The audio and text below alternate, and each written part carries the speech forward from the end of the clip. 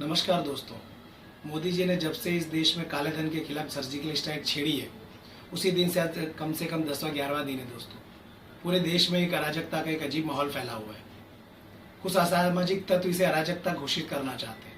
आज पूरे देश की अपोजिशन पार्टियां, जितनी भी असामाजिक तत्व है, वो संसद के और लोकसभा का घेराव किए हुए हैं। उन लोगों को जब आम आदमी रेशन की लाइन में खड़ा था, रेशन कार्ड की लाइन में केरोसिन लिए खड़ा था और वहां परेशान हो रहा था, उसको केरोसिन नहीं मिल पा रहा था, तब वो नेता को मैंने कभी वहां खड़े नहीं देखा।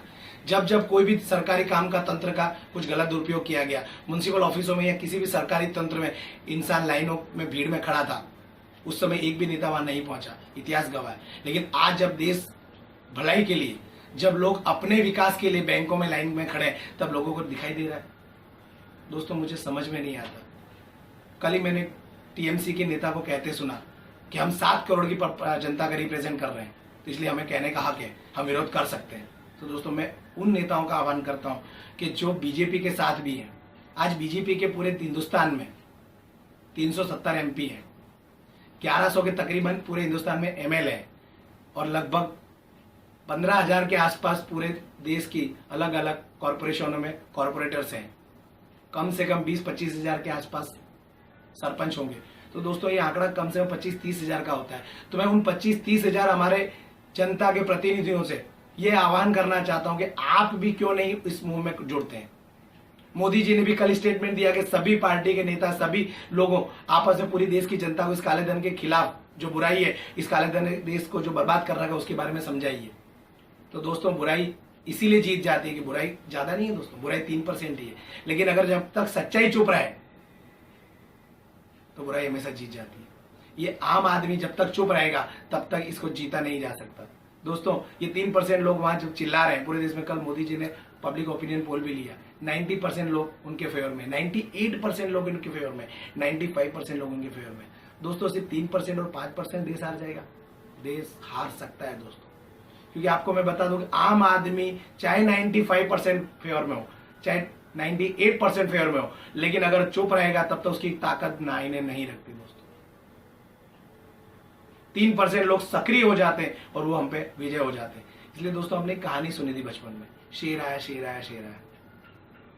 एक बच्चा था, उसको बार बार आदत थी शेर आया चिल्लाना, और लोग दौड़े आते थे। लेकिन जब रियल में शेर आता था, उसकी कोई नहीं सुनता था।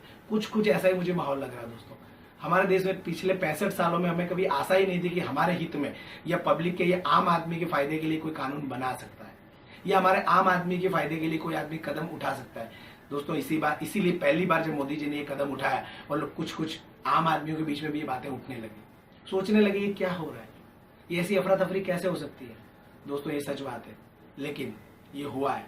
इसका मैं आज पहली बार आपको एग्जाम्पल के साथ इसीलिए कहना चाहता हूं दोस्तों कि ये पहली बार लड़ाई पॉलिटिकल लड़ाई नहीं है, किसी पार्टी और किसी विपक्ष के लिए लड़ाई नहीं है। ये पहली बार लड़ाई ईमानदार और बेईमान आदमी, पहली बार ये लड़ाई एक आम आदमी और एक करप्ट पॉलिटिशियन हो, चाहे करप्ट सर्विसमैन हो, चाहे करप्ट बिजनेसमैन हो, उसके खिलाफ है। तभी तो दोस्तों, इस देश के अंदर मैंने भी बताया 20 से 25 हजार MP, MLA, corporator, sarpanch BJP के।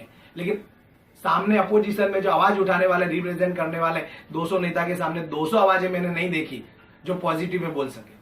तो दोस्तों, मैं उन सभी नेताओं से आह्वान करता हूं कि अगर आप देश हित चाहते हैं तो कम से कम आप चुप न रहें, क्योंकि आम आदमी की आवाज नहीं सुनी जाती। आज भी हमारी जो रिप्रेजेंट कर रहे हैं उनकी आवाज सुनी जाती है। अगर एक डिस्ट्रिक्ट का एमपी भी अगर कुछ बोलता है तो कम से कम वहां की जनसंख्या 40 लाख लोगों की आवाज मानी जाती है। एक एमएलए भी बोलता है तो उसके कॉन्स्टिट्यूएंसी की जो जनसंख्या है 5 लाख, 2 लाख, 3 लाख, उस 3 लाख जनता की आवाज मानी जाती है। एक कॉर्पोरेटर भी अगर बोलता है तो उसके एरिया की जो भी 10,000 के, 20,000 के, 25,000 की जनसंख्या, 50,000, उस 50,000 की आवाज मानी जाती है। इसलिए मैं उन सभी नेताओं को, जो भी पॉजिटिव हो, जो भी इस देश के काले धन की लड़ाई के साथ है, मैं उन सभी नेताओं से नम्र विनंती करता हूं और प्रार्थना करता हूं कि प्लीज वो भी हमारे साथ जुड़े और आम आदमी की आवाज बन तक, मीडिया तक पहुंचाएं और इस देश को जागृत करने में हमारा सहयोग दे और इस देश को बचाने में सहयोग दे। क्योंकि पहली बार ये लड़ाई पॉलिटिक्स नहीं रही, पॉलिटिकल नहीं रही, देश के हित की लड़ाई है।